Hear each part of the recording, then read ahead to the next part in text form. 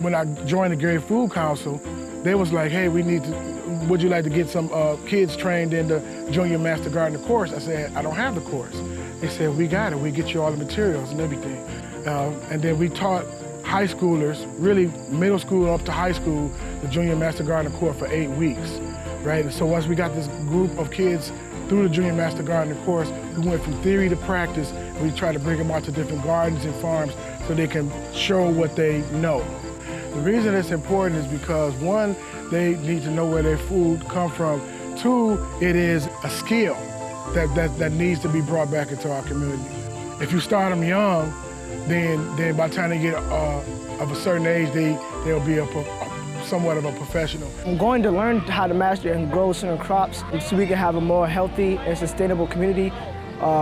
We give these plants, so we can get a good amount of nutrients to our community and get them back to health.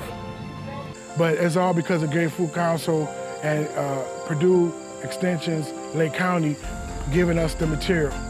Purdue Extension's Lake County is a gem in our community. People need to frequent and access that. Great staff, very helpful, very informative.